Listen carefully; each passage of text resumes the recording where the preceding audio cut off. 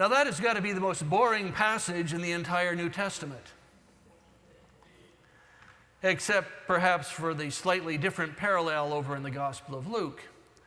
An account of the genealogy of Jesus the Messiah, the son of David, the son of Abraham, the family tree of Jesus.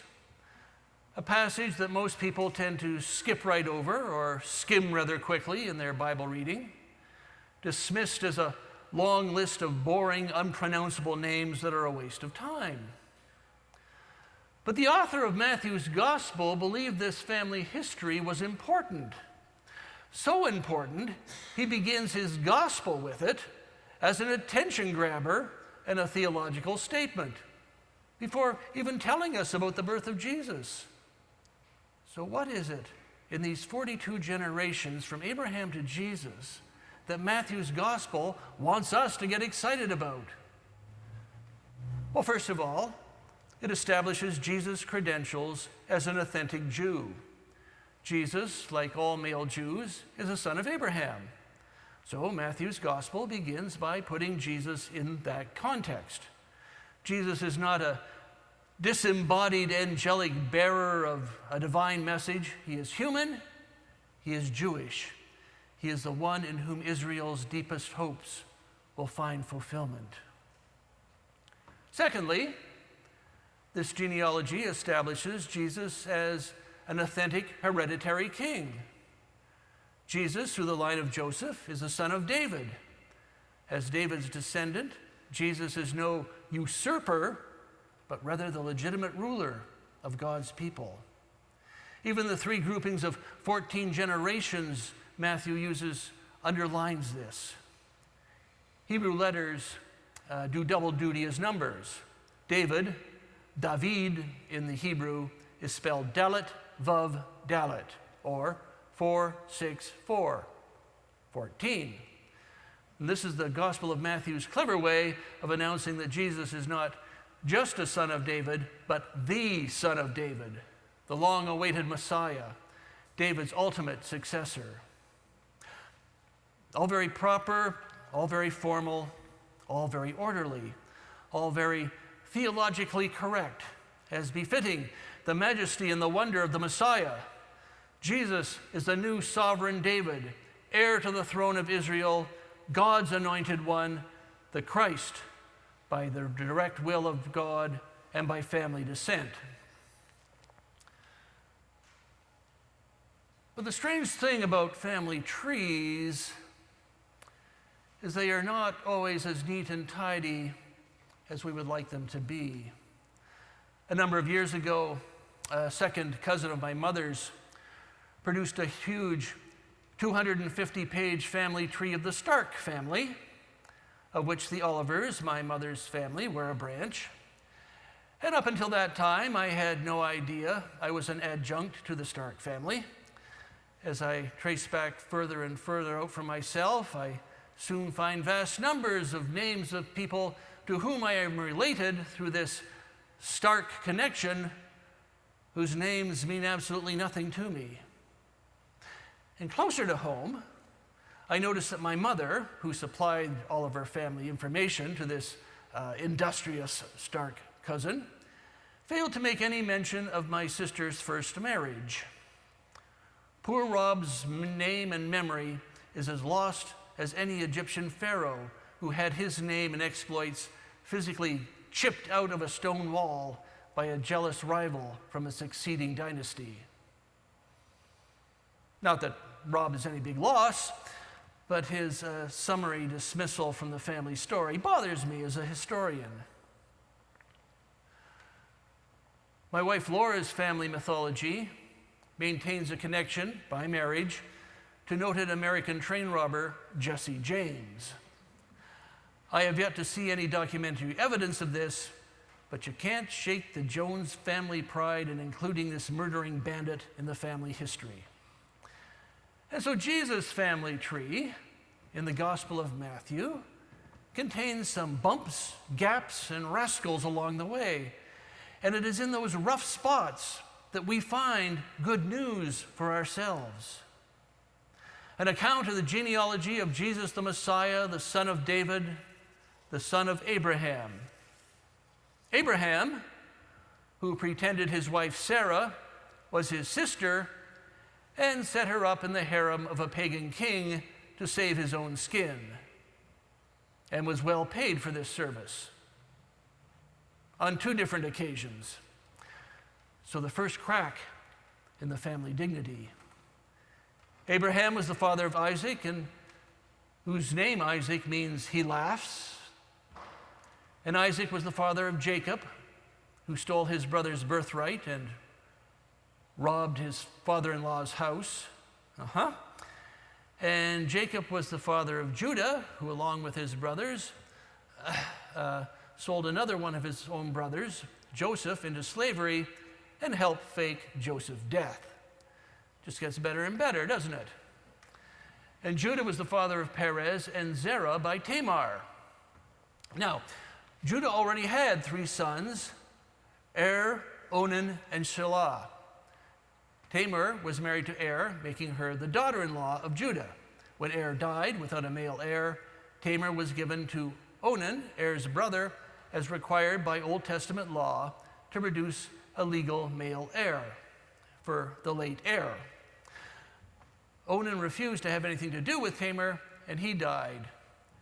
Judah, afraid of the effect Tamar had already had on 2 of his sons, refused to allow Shelah to father a child by Tamar. So, Tamar then disguised herself as a prostitute. She accosted Judah by the road while he was on his way to a sheep shearing festival and became pregnant by him, securing the family line. Now there's a nice family story. Daughter-in-law plays the prostitute for the sake of justice and upholding the biblical commandments. Perez was the father of Hezron, whoever he was. Hezron was the father of Aram, another unknown. Aram was the father of Amminadab, a leader of the tribe of Judah. And Amminadab was the father of Nahshon, who added some much-needed luster to the family tree as one of the 12 tribal chiefs who assisted Moses. Nahshon was also the brother-in-law of Moses' brother Aaron, so very, very well connected. Nahshon was the father of Salmon, who knows? And Salmon was the father of Boaz by Rahab. Rahab, of course, was a full-time professional prostitute who helped the Israelite spies escape from Jericho. Boaz was the father of Obed by Ruth, and Ruth and Boaz's dramatic and rather racy love story is accounted in the book of Ruth. Obed was the father of Jesse, a prosperous Bethlehem farmer, and Jesse, of course, was the father of King David, who went from shepherd boy to successful warrior to bandit chieftain to become Israel's most successful and revered king. This same David was the father of Solomon by the wife of Uriah. Uriah, who David had set up to be killed to cover up his adulterous affair with Uriah's wife Bathsheba. Solomon was known for his wisdom and wealth and was the father of Rehoboam, whose harsh treatment of the Israelites led to rebellion and the splitting of the United Kingdom into 2 separate nations, Israel to the north, Judah in the south.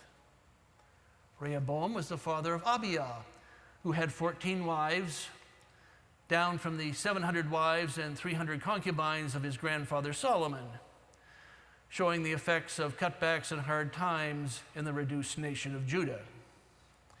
Abiah was the father of Asaph, who is recorded as one of the good kings of Judah, although he died of a disease of the feet, a classic Old Testament euphemism for the genitals.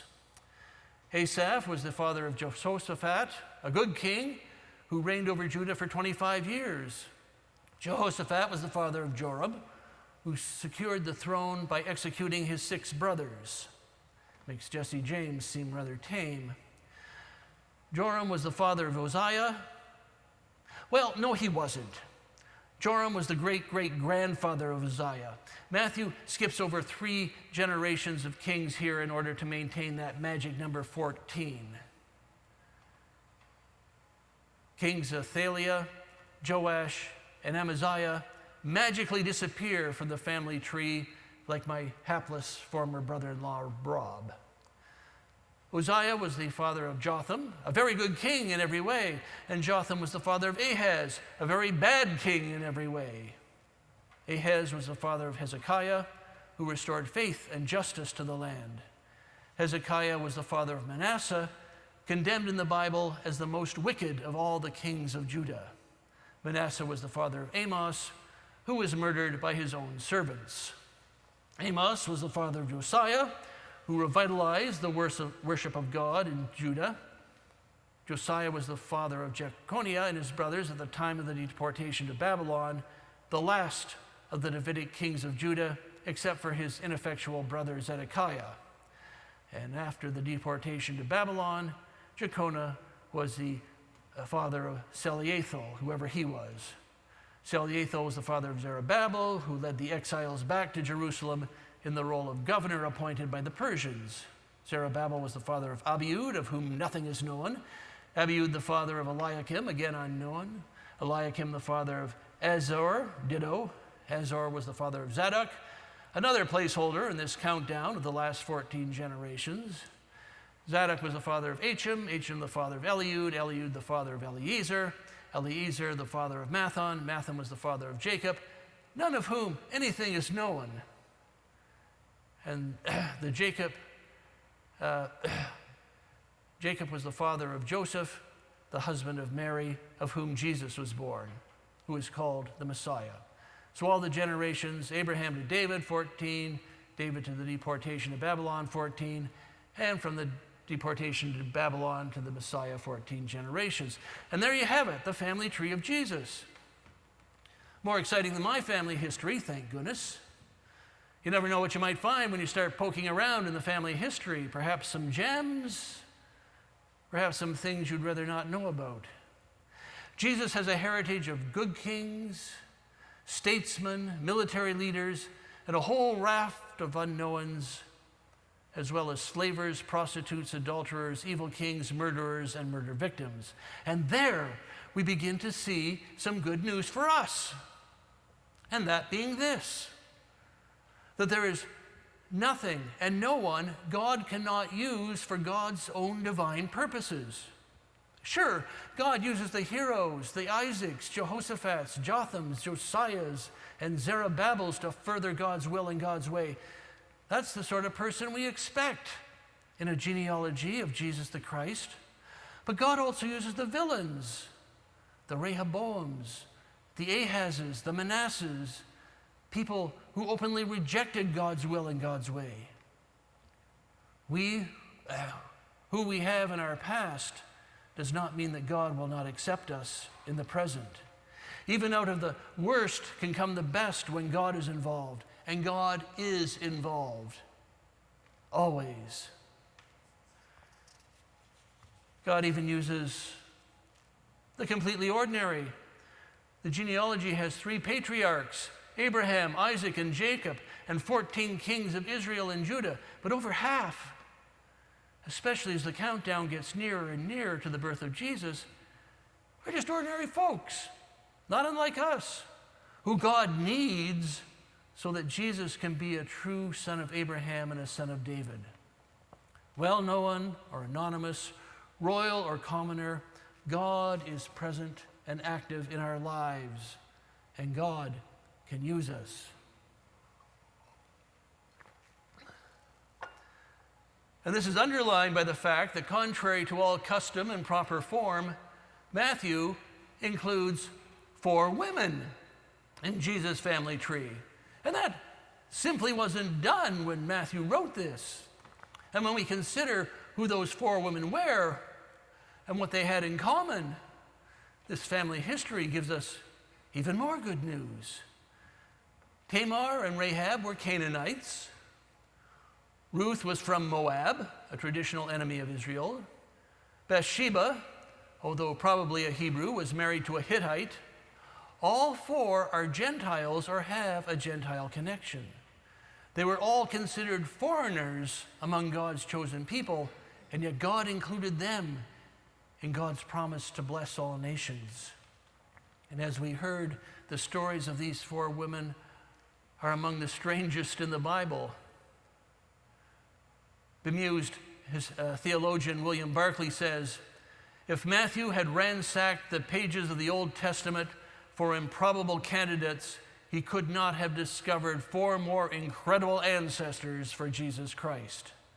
Tamar, the seducer of her father-in-law, Rahab the prostitute, Ruth the foreigner who took bold and scandalous steps to lay claim to Boaz to become the great-grandmother of King David, and Bathsheba, who our scripture reading this morning rather pointedly identifies simply as the wife of Uriah, gave birth to Solomon as a result of an adulterous affair. Each of these women gave birth to children as a result of relationships that were considered utterly sordid in those times, if not in our own. Certainly they'd be viral internet gossip today, yet each of them had something in common, not only with one another, but also with Mary, who became pregnant before marriage. Mary, too, knew what it was to live under the cloud of gossip and scandal. The good news Matthew's gospel proclaims, tracing the family tree of Jesus, is the good news of Emmanuel, of God with us. And the us God is with includes more than just the rich, the powerful, the celebrities and kings. The us God is with includes people of little or no social status, persons of impeccable personal integrity, as well as those who may personally be skeletons in their family closets. The good news is that all people, of all places and generations, of all levels of health, wealth, and morality, of all racial, national, and cultural backgrounds, are given the promise of God with us, the promise of Jesus the Messiah, the Son of David, who fulfills the hope of Israel, the Son of Abraham, who extends God's promise of salvation beyond Israel to the whole world. In Jesus, God reveals himself to all humanity and promises to work in and through all persons to establish God's kingdom. The us God is with even includes you and includes me. And that's the good news Matthew announces at the very beginning of his gospel. Good news to bring hope and encouragement from the most unlikely of biblical texts to all of us, regardless of our personal situations. God needs us all to fulfill God's eternal plan. Amen.